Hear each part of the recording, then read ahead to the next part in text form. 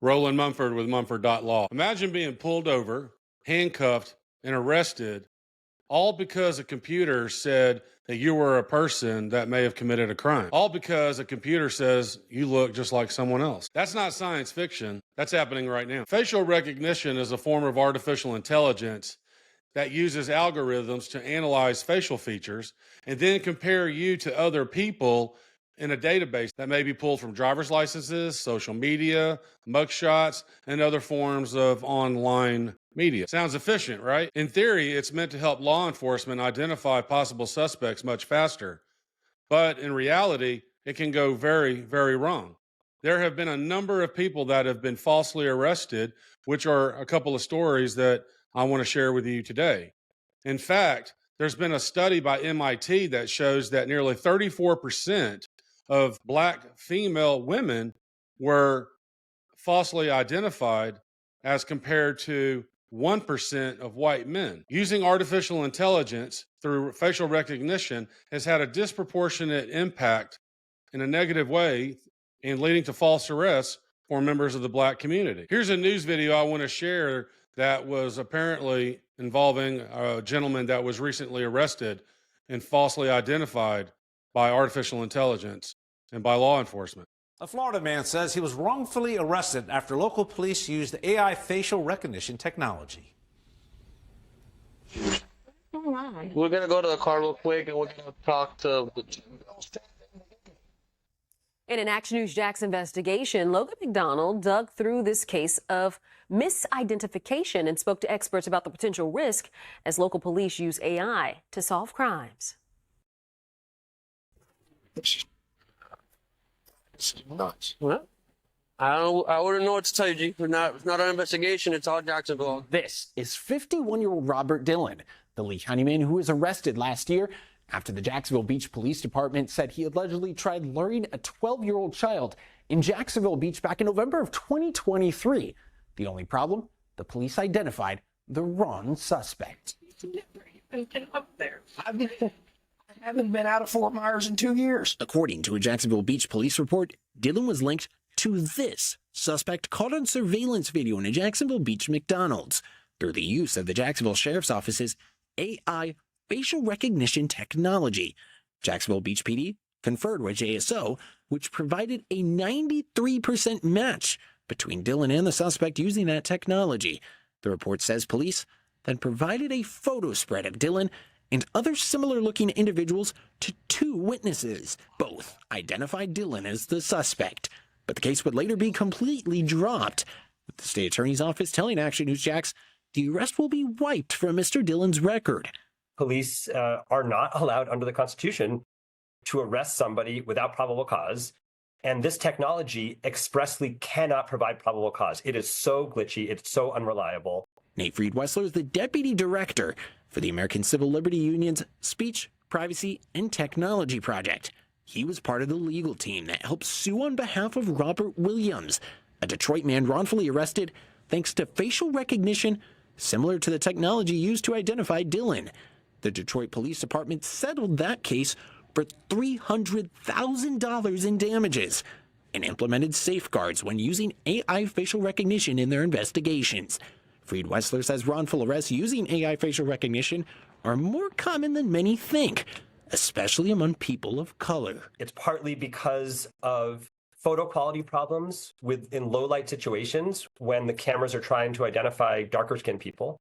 In fact, in almost all of the wrongful arrest cases around the country that we know of, it's been Black people who have been incorrectly, wrongfully picked up by police. Action News Jax reached out to the Jacksonville Sheriff's Office about its use of the technology following Dillon's wrongful arrest, and we asked for examples of the successes using facial recognition technology. They responded stating, quote, "The results of such queries are not positive identifications and should only be utilized as investigative leads." However, Fried-Wessler says he doesn't believe that was the case in this Jacksonville Beach police investigation, adding that photo spreads based off a facial recognition match aren't sufficient evidence to make an arrest. Because when this technology gets it wrong, it's going to get it wrong with a face of somebody who looks similar to the suspect. And so it's no surprise that when police juice a lineup procedure with a doppelganger, with a lookalike, a witness is going to choose an innocent person. Now the Jacksonville Beach Police Department tells Action News Jax the investigation is still open after Dillon was cleared of any wrongdoing, adding in part, quote, "We will not be commenting on this matter beyond stating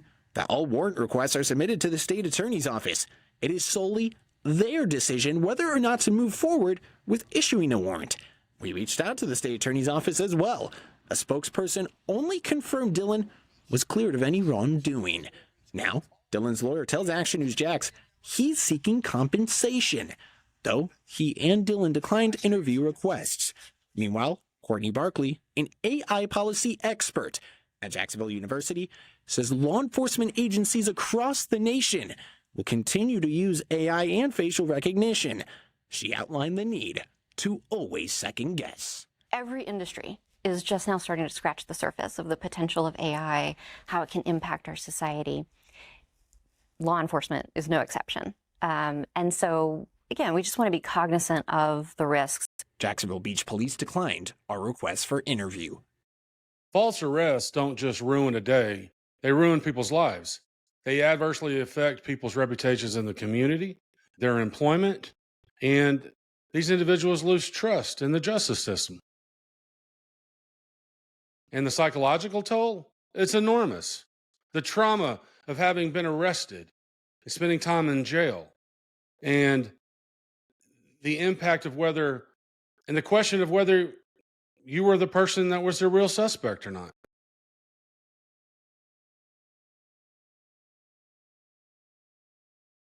Some cities like San Francisco and Boston have banned the use of facial recognition and artificial intelligence in identifying suspects.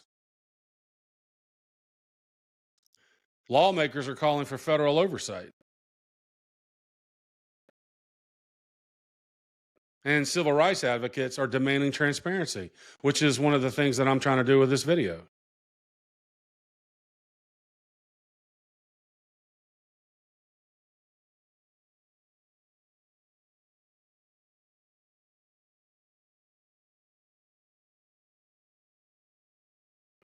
But until real regulation happens, people are going to continue to pay the price, all because of a machine's malfunction.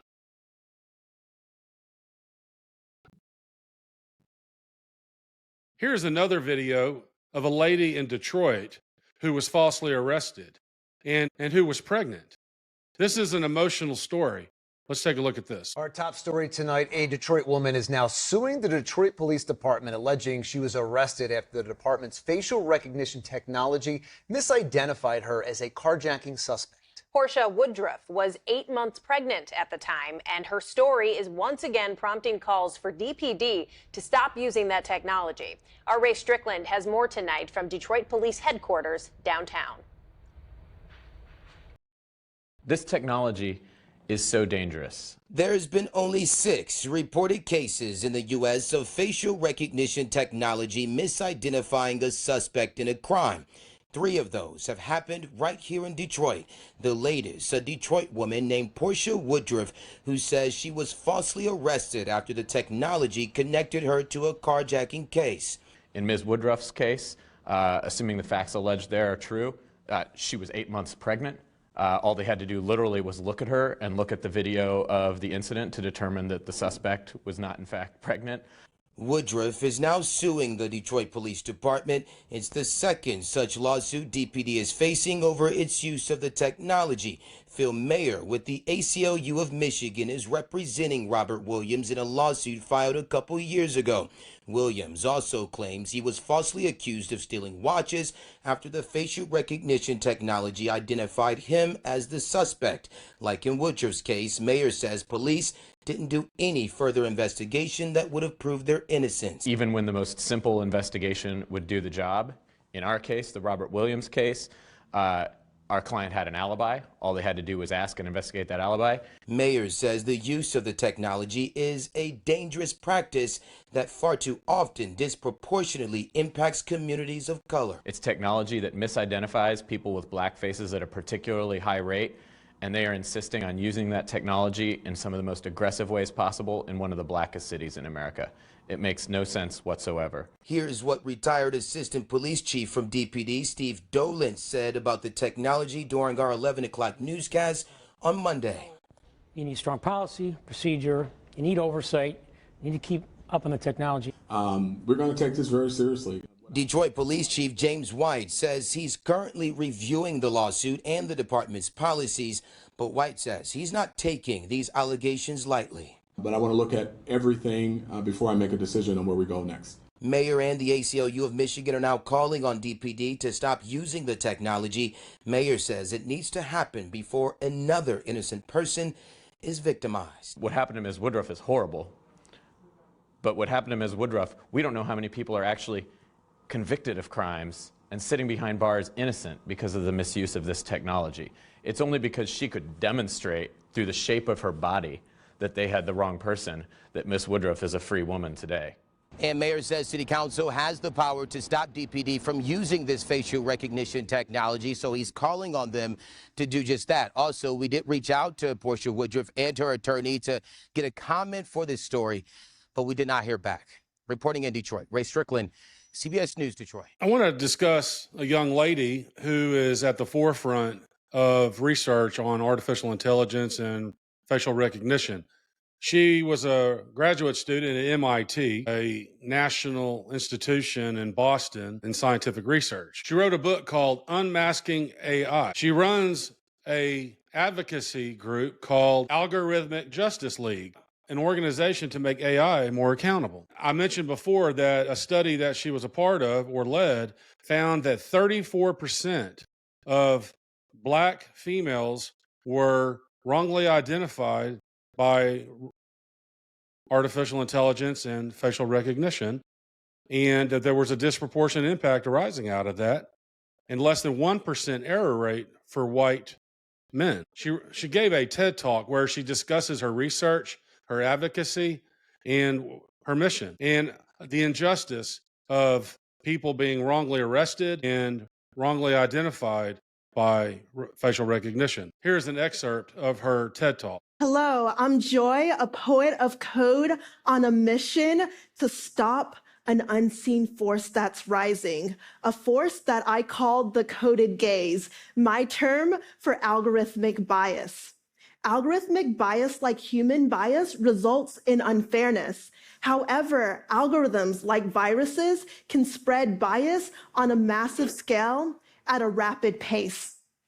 Algorithmic bias can also lead to exclusionary experiences and discriminatory practices. Let me show you what I mean. Hi, camera. I've got a face. Can you see my face? No glasses face? You can see her face. What about my face? Well, I've got a mask. Can you see my mask? So how did this happen? Why am I sitting in front of a computer in a white mask trying to be detected by a cheap webcam? Well, when I'm not fighting the coded gaze as a poet of code, I'm a graduate student at the MIT Media Lab. And there I have the opportunity to work on all sorts of whimsical projects, including the Aspire Mirror, a project I did so I could project digital masks onto my reflection. So in the morning, if I wanted to feel powerful, I could put on a lion. If I wanted to be uplifted, I might have a quote. So I used generic facial recognition software to build the system, but found that it was really hard to test it unless if I wore a white mask. Unfortunately, I've run into this issue before.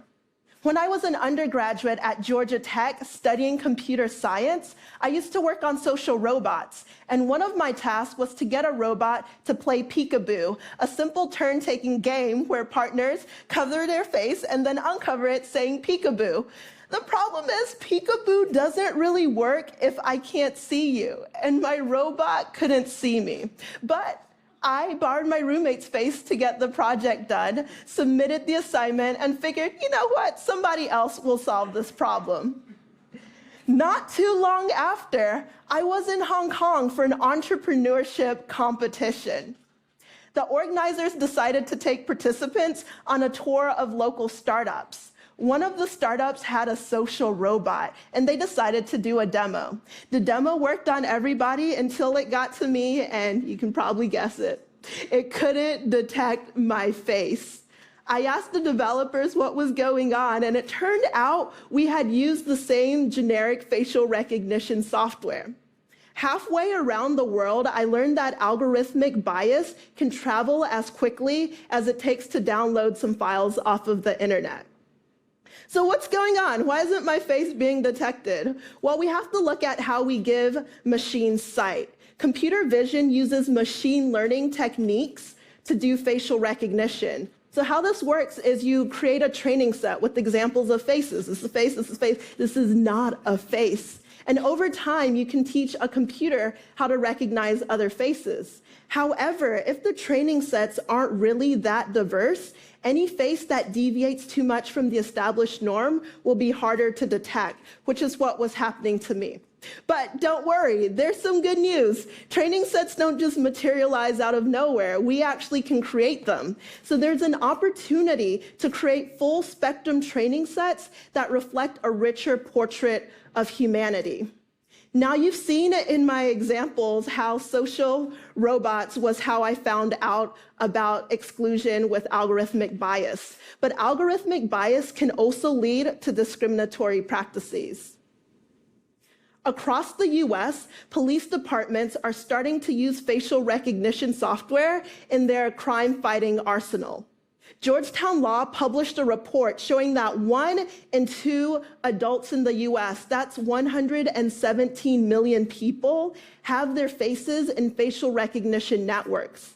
Police departments can currently look at these networks unregulated using algorithms that have not been audited for accuracy. Yet we know facial recognition is not fail-proof, and labeling faces consistently remains a challenge. You might have seen this on Facebook. My friends and I laugh all the time when we see other people mislabeled in our photos. But misidentifying a suspected criminal is no laughing matter, nor is breaching civil liberties. Machine learning is being used for facial recognition, but it's also extending beyond the realm of computer vision. In her book, Weapons of Math Destruction, data scientist Kathy O'Neill talks about the rising new WMDs, widespread, mysterious, and destructive algorithms that are increasingly being used to make decisions that impact more aspects of our lives. So who gets hired or fired? Do you get that loan? Do you get insurance? Are you admitted into the college that you want to get into? Do you and I pay the same price for the same product purchased on the same platform?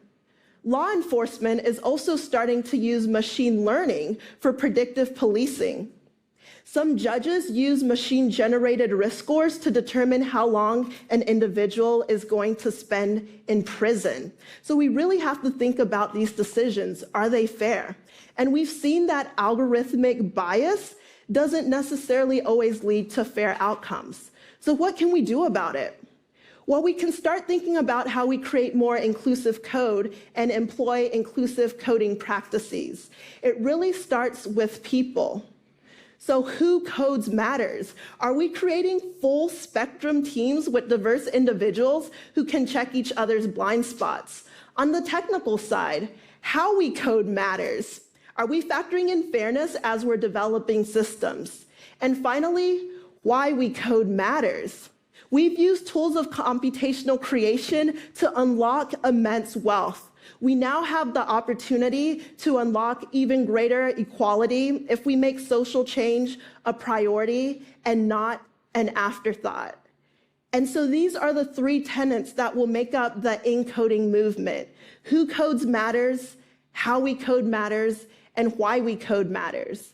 So to go towards encoding, we can start thinking about building platforms that can identify bias by collecting people's experiences like the ones I've shared, but also auditing existing software. We can also start to create more inclusive training sets. Imagine a Selfies for Inclusion campaign where you and I can help developers test and create more inclusive training sets. And we can also start thinking more conscientiously about the social impact of the technology that we're developing. To get the encoding movement started, I've launched the Algorithmic Justice League, where anyone who cares about fairness can help fight the coded gaze. On codedgaze.com, you can report bias, request audits, become a tester, and join the ongoing conversation, #CodedGaze. So I invite you to join me in creating a world where technology works for all of us, not just some of us. A world where we value inclusion and center social change. Thank you.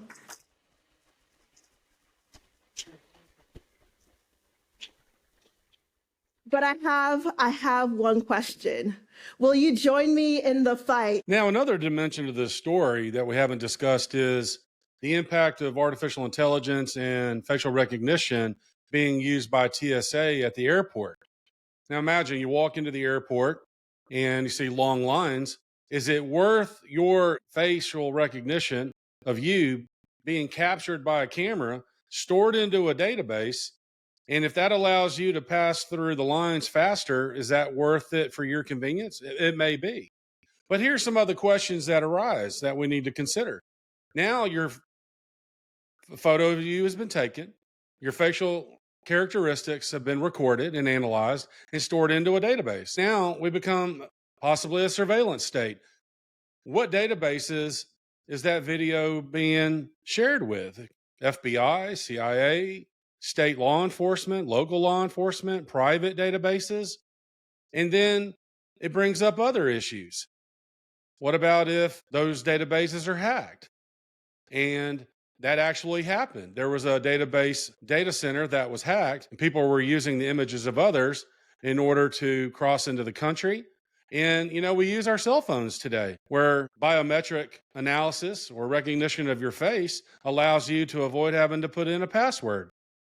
But one of the more unfortunate things I want to discuss, this next video by PBS that was done on the issue of TSA, is that imagine that you're Asian or you're Black and you're going through a line and you see white people going through a lot quicker, but you're pulled off to the side because possibly of a mistake made by a camera. And now you got to be maybe taken into a room or pulled off to the side, interviewed, and then be subjected to additional screening. And that has a disproportionate impact. And that has a tolling effect on you emotionally. And that is one of the consequences of AI technology and facial recognition. I hope you enjoy this next video. If you're traveling during this busy holiday season, you may encounter a new aspect of airport security. The Transportation Security Administration is now testing facial recognition technology at 16 major airports across the country.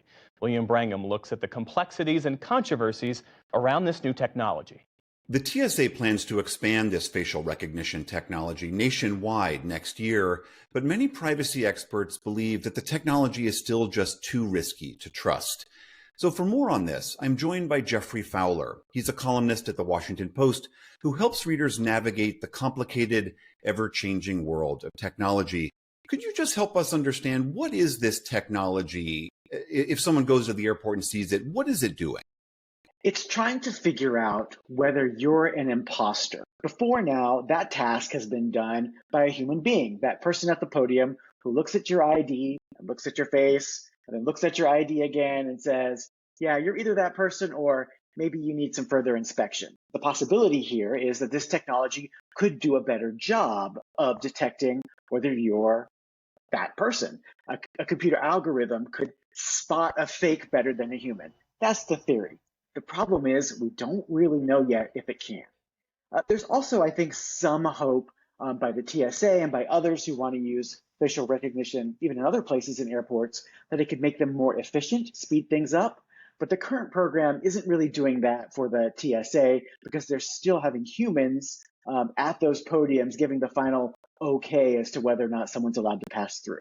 I mean, I think any traveler would certainly welcome anything that speeds the process of checking into a flight and getting on your way to your destination. But I know, as you've reported, that there are significant concerns about this technology. Go through some of the problems. What are the issues here?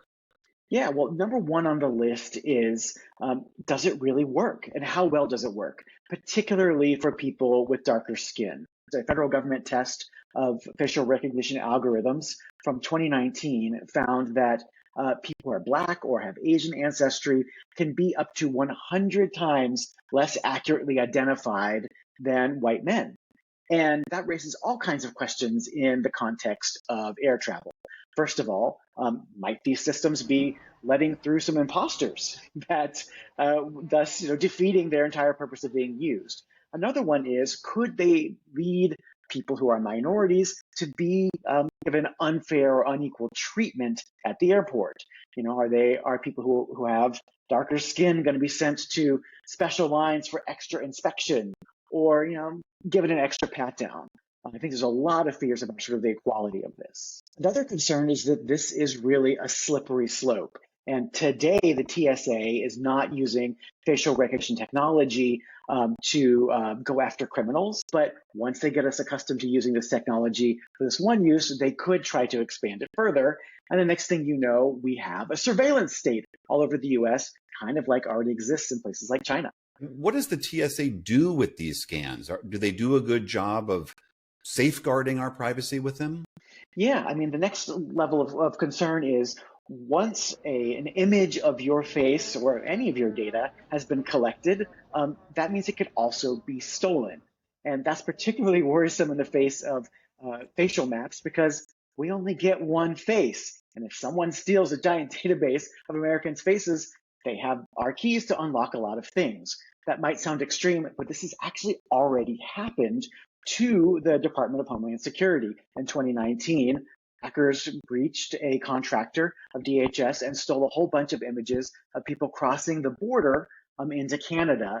One big thing we always have to remember, anytime data is collected, it can be taken. So let's just say that I go to the airport now, before this gets rolled out more broadly.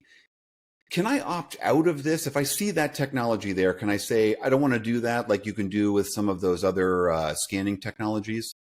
When I wrote my column about this for the Post, I spent a lot of time talking to the TSA about this. And they said in no uncertain terms that we have the ability to say, no, thank you.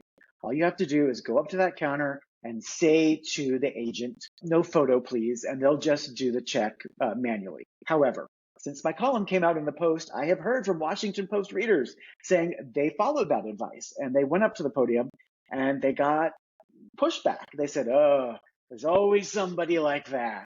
There's always one of them in the line, and that really doesn't give you a lot of confidence that this is something that agents are being trained to take seriously. Do you think that in the end, people will, in a way, give up their privacy the way they do with apps and phones that track us and scan us and send us targeted advertisements, all in the name of convenience, and that these concerns will kind of get brushed away and we'll just have another notch of our privacy taken by this technology? Yeah, sometimes I've called this in the past a convenience trap. There's all these things in our lives where, we want to use that app, so we don't really spend that time reading through the thousands of words in that terms of service or privacy policy that we click agree to. And then after the fact, may actually later regret what we actually gave up to that app. Facial recognition can be another one of these kinds of situations. So yes, you want to get through security more quickly, but there are other places in the airport that also want to scan your face. Airlines want to use your face to replace your ticket. The idea being that it'll speed up your ability to drop off luggage or board the plane. And that's why I think really legislators have to get involved, because they have to decide what technology can be trusted and what really is making us safer versus. I hope you've enjoyed this video. We've analyzed the impact of AI facial recognition and the disproportionate impact that it has on minority communities, how it has led to false arrests, people's lives being adversely impacted. And it's not just the issue of false arrest that we discussed, but also it brings up other issues about, are we a surveillance state? About, do we have a constitutional right to privacy? And these issues and topics that need to be analyzed further. There's certainly a benefit for facial recognition. I understand the impact and the advantages it has in leading to arrests. We want a safer community. But at the same time, do we do that at the sacrifice of our privacy, our constitutional rights, our facial characteristics being stored in databases, and then leading to the possibility of these databases being hacked, as we've discussed? And so I hope you've enjoyed it. We are within striking distance of reaching 10,000 subscribers, which is my goal by July 31st. I would really appreciate if you would share this. Click like, share, and subscribe. We've acquired around 2,000 new subscribers in the last week, and we can do it. I really want to grow this channel. Please put your comments in and let me know what you think about my videos, how we can improve, or if you have any ideas for suggestions. Have a great day.